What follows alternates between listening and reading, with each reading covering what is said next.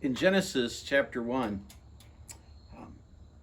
God talks about the creation of the sun and the moon.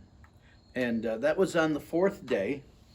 And it actually says that God made two great lights, the greater light to rule the day and the lesser light to rule the night. And he made the stars.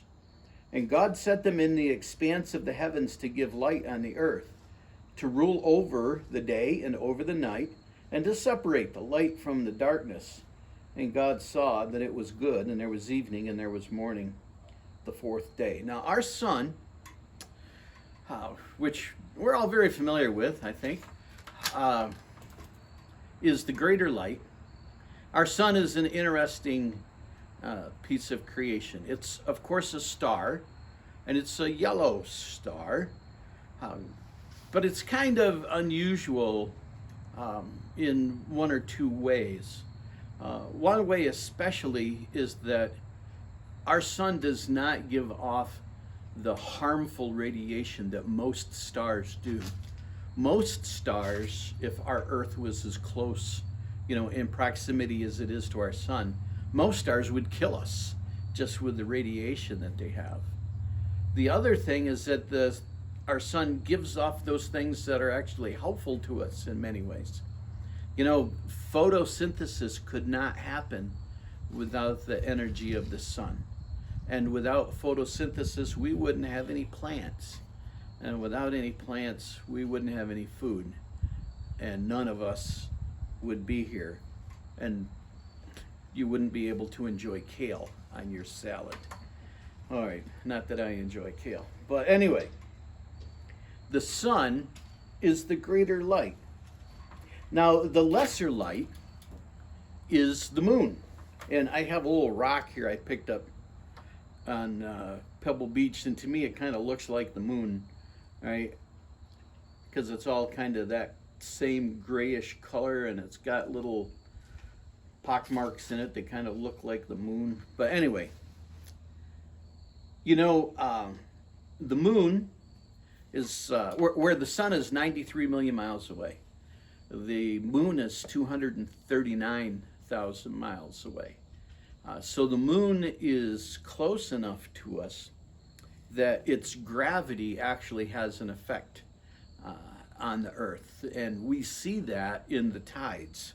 The tides are caused by the gravity of the moon. That's kind of an interesting thing when you think about it, that the moon's gravity is kind of pulling that water, and when it goes around the other side, it pulls it away, and just all kind of neat stuff. But we know that the moon orbits around the earth.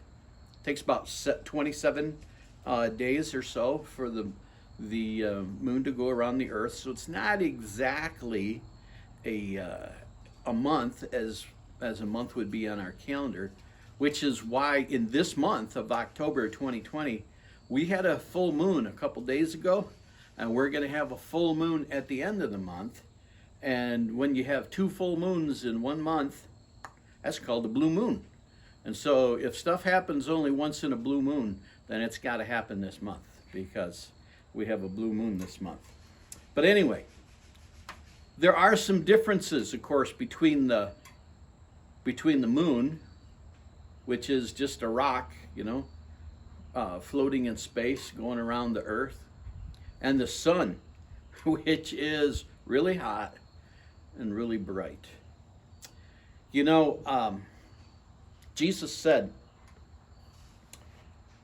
back in John 8, he said, "I am the light of the world. He who follows after me will not walk in darkness, but will have the light of life." And then in John 9, Jesus says, "As long as I am in the world, I am the light of the world." So Jesus is the light of the world, which is, something we can all understand pretty well, that Jesus, being the Son of God, being very God himself, gives light to all of the world. And that light can be we can think of as more of a figurative light, and that he is truth and life and light to all of us. But then in Matthew chapter 5, he said something interesting to the people that were there. He said to them, "You are the light of the world. A city set on a hill cannot be hid." And neither does anyone ever light a lamp and then put a basket over top of it. When you light a lamp, that lamp is to be seen. And in some ways, God has lit a lamp, and we are the light of the world. If we know Jesus is our Savior, we're kind of like the moon. The moon makes no light of its own, and neither do we. Instead, the moon reflects the light of the sun. And in the same way that the moon reflects the light of the sun, we reflect the light of Jesus. Jesus makes the light for the whole world to see, and we reflect that as we follow him. So Jesus is the greater light, we are the lesser light.